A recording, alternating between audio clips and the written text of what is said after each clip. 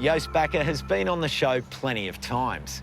He's spent the last few decades bringing no-waste design and food systems to the mainstream. 8 years ago, we caught up with him at his zero-waste restaurant. I'd love to put a farm on top of an office tower in Melbourne. That's my goal. I actually want to show how much food we can grow with the waste that the restaurant generates. So I want to have a restaurant, a farm, a composter, and you know, use things like olive pips to generate energy and have a completely enclosed loop with a supermarket at the base so people can buy the produce that we've grown. Anyway, I'm working on it. It's a dream. Be good, wouldn't it? It'll happen. I'll make it happen. And now he's basically done it. This is the greenhouse on the banks of the Yarra at Melbourne's iconic Federation Square. The three-storey house is just 87 square metres, which is about a quarter of the average Australian home. But it has a big ambition: to demonstrate a productive, sustainable and no-waste future. It's a house that functions like an ecosystem packed with life. The people living in it also happen to be a couple of Australia's most talented, innovative chefs. The house is bursting with produce grown on site, and they're serving it all up with some serious creativity. Welcome to the future food system. Our food system is the most destructive human activity on Earth. It doesn't need to be. And to me, the solution is where we live. We need to harvest the water that we already waste. We need to harvest the nutrients that we waste and create a food system that's a closed loop. And living, breathing buildings that are ecosystems, to me, just makes so much sense. Welcome. Here we are. Look at this place. Come in, mate. Come in. Most people have a welcome mat, and you've got this wall of mushrooms as a focus point. What's going on here? Well, it's kind of utilising waste that every person already creates. So it's capturing the water from the hot water service, which normally goes down the drain. Plus also the steam from the shower is pumped into the mushroom. It's pretty amazing. Oh, so this is a mush room. Yes. Every house should have a mushroom, a bathroom and a bedroom. That's so good. Check this one out. This is actually really cool. It's an Australian native mushroom, and we call it snowflake, but a friend found it on a bushwalk in Emerald, and he's grabbed a little bit of the mycelium and started growing it. This one's lion's mane. So I want to show you what we're growing them on, because it's actually regarded as waste. You know, coffee grounds, sawdust, straw. I mean, look how beautiful that is.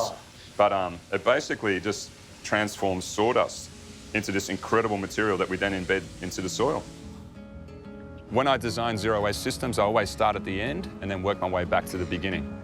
And that's how you design waste out. There's no point designing something and at the end going, oh, what do I do with this? Every single element becomes a food source or becomes nourishing for another element, which is just like nature. As we go upstairs, we pass another two systems that provide food and cut out waste. Aquaponics. The nutrients from the fish waste feeds the plants growing up top. The plants then clean the water, which flushes back into the fish tank. It's a closed loop. Up on the top level, there are rainbow trout. Oh, yeah, this is a beautiful one. About 30 native yabbies. Look at this one. You actually want to stop eating these things because you just fall in love with them. And freshwater mussels.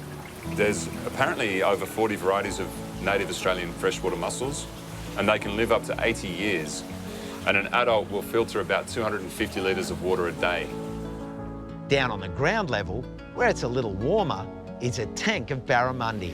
The barramundi are brilliant because they grow so fast. You can get a kilo of fish in less than 6 months. All of our fish stock are under huge pressure. To get people to stop eating fish and turn vegan or vegetarian is going to be a very difficult ask. But if you feed them a plate of the most incredibly tasting fresh fish like barramundi and say, well, this was grown here in the house, it's a great alternative. So I really see this as a solution. So I can see that this drum garden bed system is really the focus up on the roof. I mean, yeah, my aesthetic is industrial, you know, using materials that are often disregarded, and they're made from recycled plastic, they're food-grade containers. Same reason that commercial growers grow strawberries and garlic in black plastic.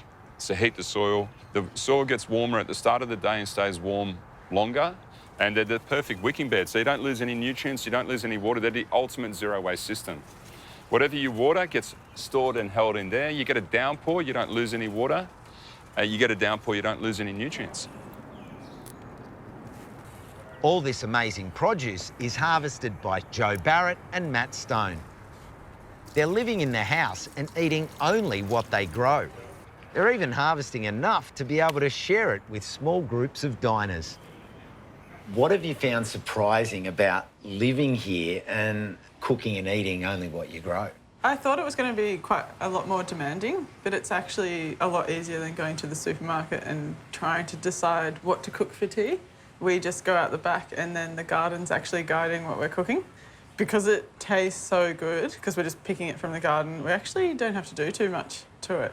And people love the idea of eating things that we're cutting to order and so fresh and just full of when flavour. you cut a salad as you eat it, it never tastes better. Like, it's not been refrigerated, it's not been trucked around, it's not been handled by, you know, a heap of different people in the supermarket and then put on the shelf and then moved around and someone else has picked it up and put it down.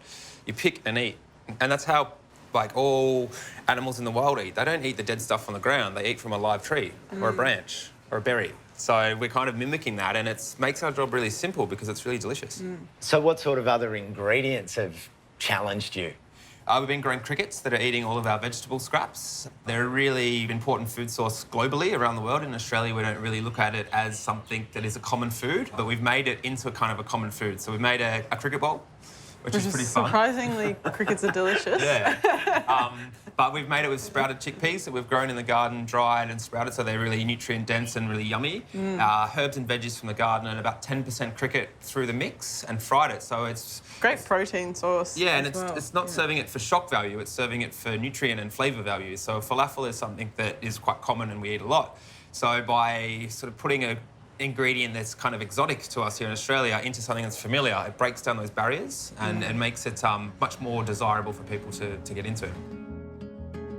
There are so many other inspiring features in this house that are just too many to mention, like the walls made from compressed straw or the worms that eat polystyrene. This place is all about experimenting and giving all of us a glimpse of what's possible.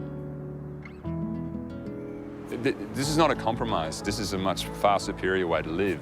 And I think that if we can inspire people to change the way we live, it means that we don't need as much land to grow the food that we currently do. And that's what this is about. It's about taking pressure off our existing systems. You know, I really believe that human beings need to get to a point where it's really bad before everybody wakes up and goes, we need to do things differently. And I think that we're at that point. There's a real call now to change the way we live, to change what we do, to change the materials that we use. And that's something that I'm so excited by. I think that in 2050, we'll look back at 2020 as the year where everything changed.